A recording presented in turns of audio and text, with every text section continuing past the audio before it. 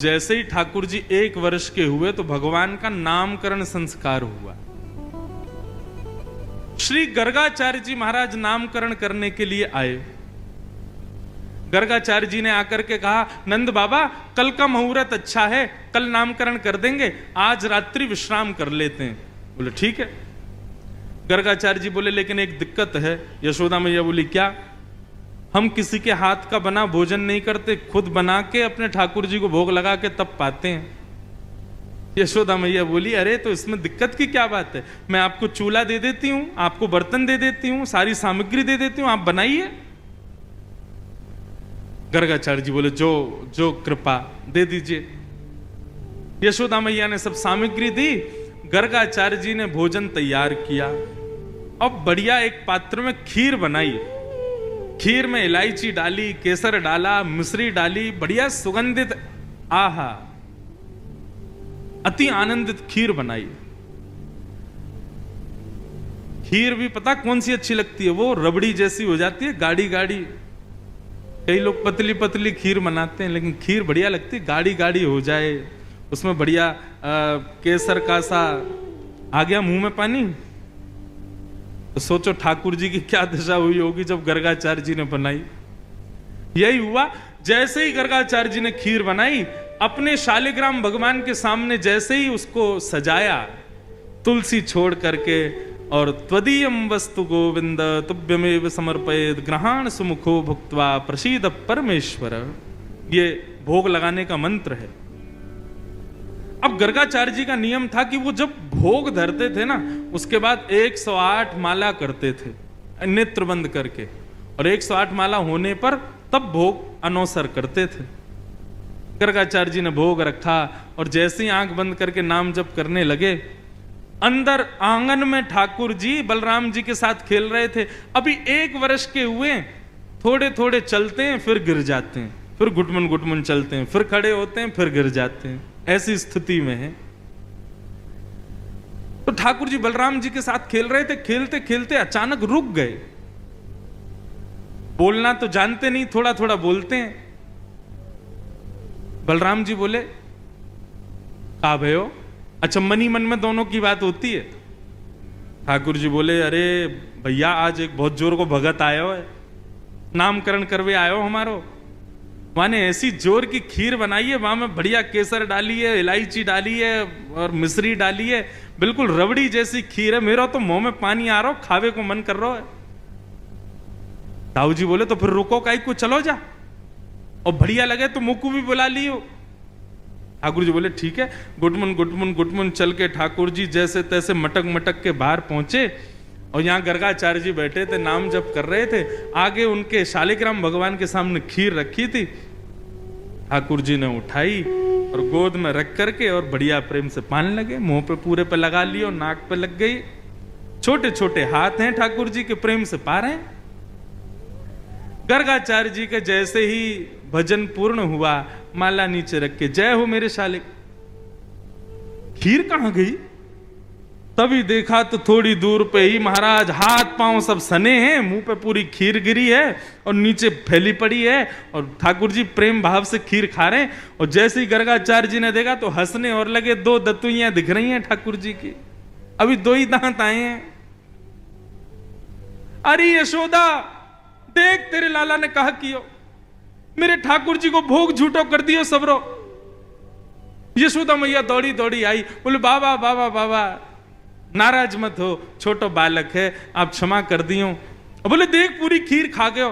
बोले वो तो बहुत बड़ी सौभाग्य की बात है कि खीर खाई, नहीं तो ये शालिग्राम को गुलाब जामुन समझ के खा जाए। नंद बाबा तो अपने शालिग्राम भगवान छुपाते डोले, क्योंकि याकू ऐसा लगे ये खावे वाली वस्तु है। क्या आप कोई मल्टी बैगर स्टॉक ढूंढ रहे हैं जो बहुत कम समय में ही आपको शानदार मुनाफा दे? वो तो बाबा कृपा है कि आपके शालिग्राम ना खाए, यानी खीर ही खाइए। मैया ने लाल जी को उठाया, भीतर ले जा करके आंगन में छोड़ दिया। बाहर आई, फिर से चौका लगाया, दूसरी सामग्री दी। गर्गाचार्य जी ने फिर से खीर बनाई। ठाकुर जी से क्षमा मांगने लगे, बोले वो छोटा बालक है, नाथ क्षमा कर देना, आप भोग लगाओ। जैसी माला जपन लगे, ठाकुर जी फिर रुक गए भीतर। दाऊ दादा बोले लाला अब के कहा भयो? बोले भगत है तो बढ़िया, खीर भी बढ़िया बनावे, लेकिन मैया तो शिकायत कर दे हमारी। अच्छा लाला कोई बात ना, अब की बार और बढ़िया खीर बनाइए, तू जाके चख के आ। ठाकुर जी फिर से गए, गुटमुन चल करके गए, उठाई खीर का पात तो फिर से खाने लगे। गर्गाचार्य जी की जैसे ही माला पूरी हुई, देखा अब तो खड़े ही हो गए, नहीं रहना हमें यहाँ यशोदा, देखते रहो लाला फिर से हमारा भोग झूठो कर दिए सबरो। यशोदा मैया बोली क्षमा कर दो, मैं अपने बालक को किसी कमरा में बंद कर दूंगी, लेकिन आप नाराज मत हो।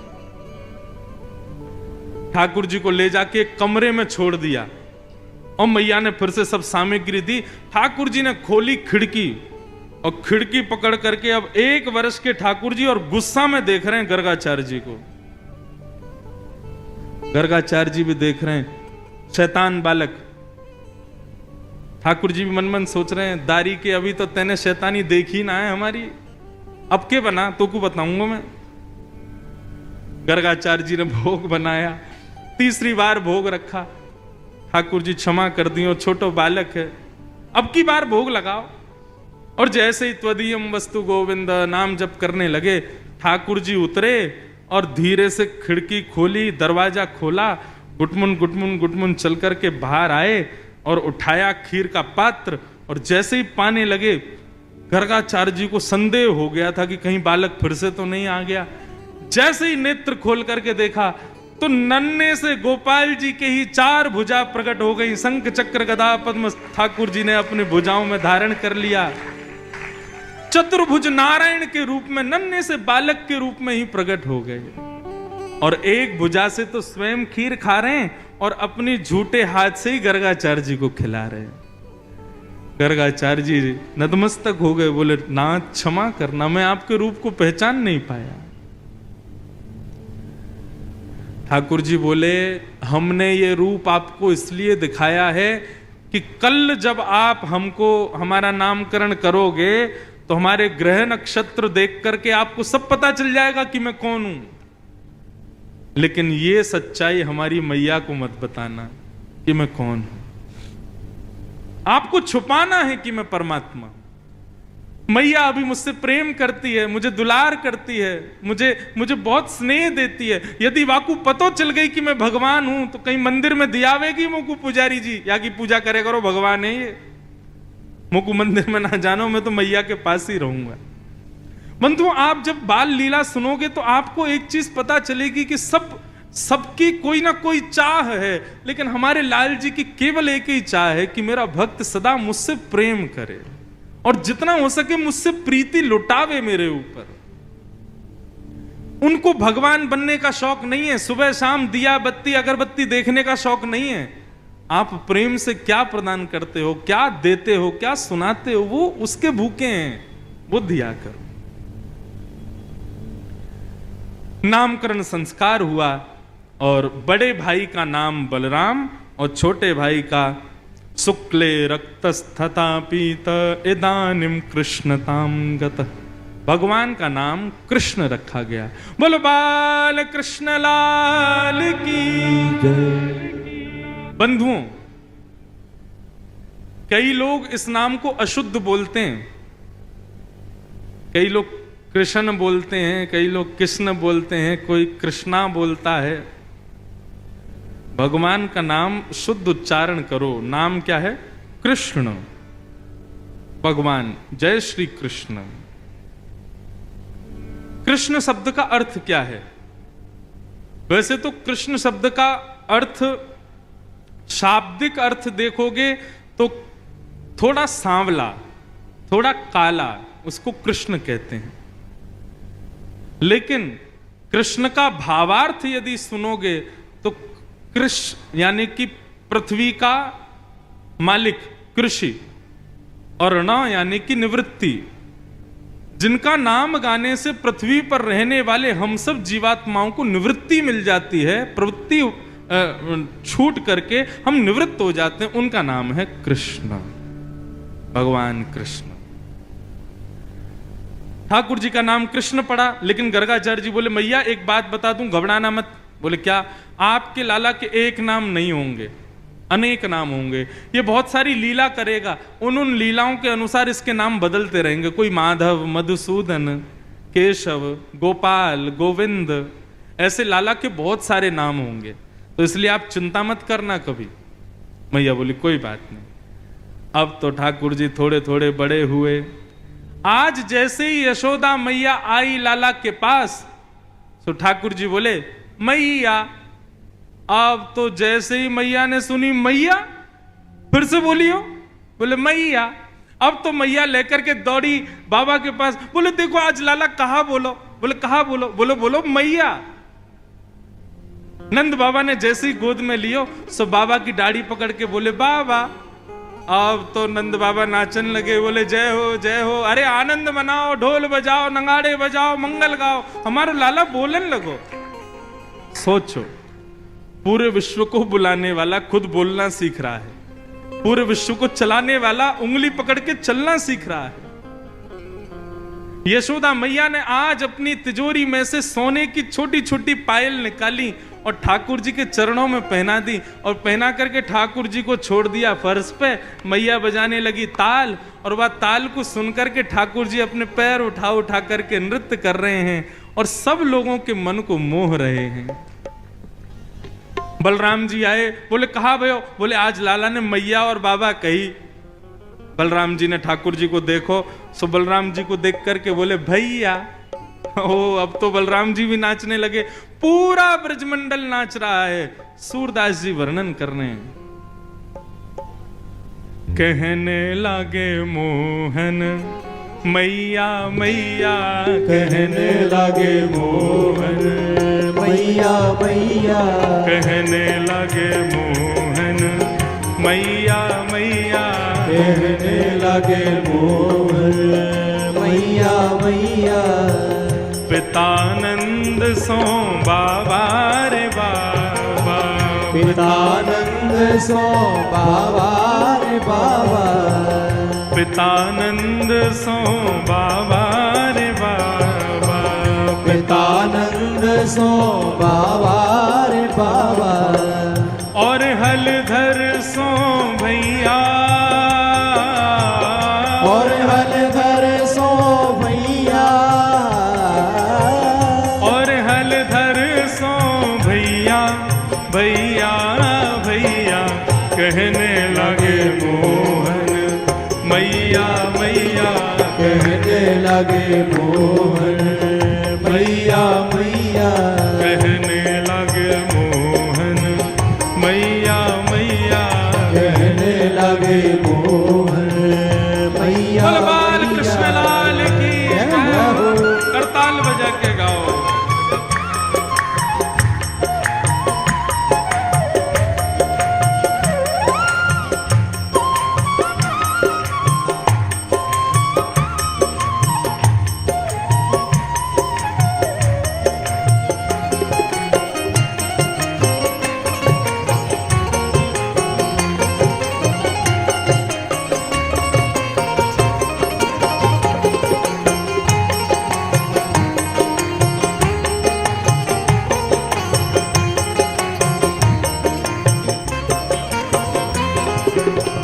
दूर खिलन जन जाओ लाल रे, दूर खिलन जन जाओ लाल रे, दूर खिलन मत जाओ लाल रे, दूर खिलन मत जाओ लाल रे। मारेगी काहू की गैया, मारेगी काहू की गैया, मारेगी काहू की गैया गैया गैया, कहने लगे मोहन मैया मैया, कहने लगे मोहन मैया मैया, कहने लगे मोहन मैया मैया, कहने लगे मोहन मैया मैया। गोपी ग्वाल सब करत कुतूहल, गोपी ग्वाल सब करत कुतूहल, गोपी स्वाल सब करत कुतूहल, गोपी ग्वाल सब करत कुतूहल। घर घर बजत बधैया, घर घर बजत बधैया, घर घर बजत बधैया, बधैया बधैया कहने लगे मोहन मैया मैया। कहने लगे मोहन मैया मैया। कहने लगे मोहन मैया मैया। हाँ कहने लगे मोहन मैया मैया। सूरदास प्रभु तुमरे दर्श को, सूरदास प्रभु तुम्हारे दर्श में। सूरदास प्रभु तुमरे दर्श को, सूरदास प्रभु तुम्हारे दर्श में। हाँ चरणन की बलि जैया, चरणन की बल जैया, चरणन की बल जैया जैया जैया कहने लगे मोहन मैया मैया। कहने लगे मोहन मैया मैया।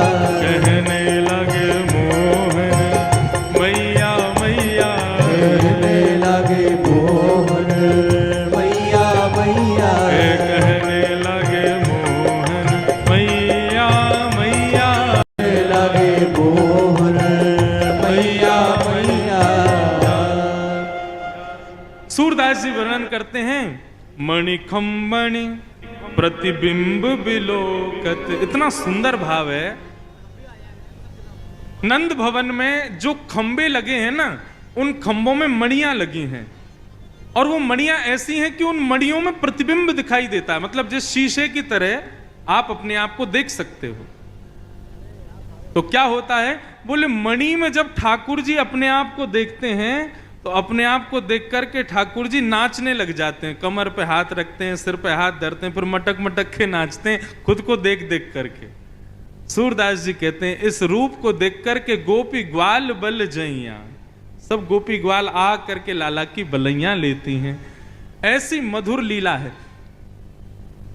अब आज की कथा जो है ना, अब ज्ञान वैराग्य तो सब गए कल, अब आज तो प्रेम ही प्रेम है, गाते ही रहो बस। एक के बाद एक ठाकुर जी की मधुर मधुर लीला है, और लीलाओं को गाया ही जाता है। बताएं क्या, सुनाएं क्या। ठाकुर जी अब मैया बाबा भैया सब बोलने लगे। अब ठाकुर जी की आयु हो गई कितनी, 3.5 वर्ष की। कितने हो गए ठाकुर जी? और जैसे ही ठाकुर जी 3.5 वर्ष के भये हैं, भगवान ने अपने अंग प्रत्यंगों में स्प्रिंग एक्टिवेट कर ली। अब तो इतना ऊधम मचाते हैं, इतना ऊधम मचाते हैं, जो महाराज किसी के वश में ही नहीं रहते। ठाकुर जी के ऊधमों का वर्णन सुखदेव जी एक श्लोक में नहीं करते, एक श्लोक के एक पद में करते हैं बस। और उसी से ही अनुमान लगा लो ठाकुर जी ऊधम कितना करते होंगे। जो बालक बच्चे बहुत ऊधम मचाते हैं, ऐसे माता पिता बेचारे बड़े परेशान रहते हैं। क्या करें, हमारे घर में तो बंदर आ गया है। यूं मत कहा करो बंदर आए, यूं कह दो गोपाल जी आ गए हैं।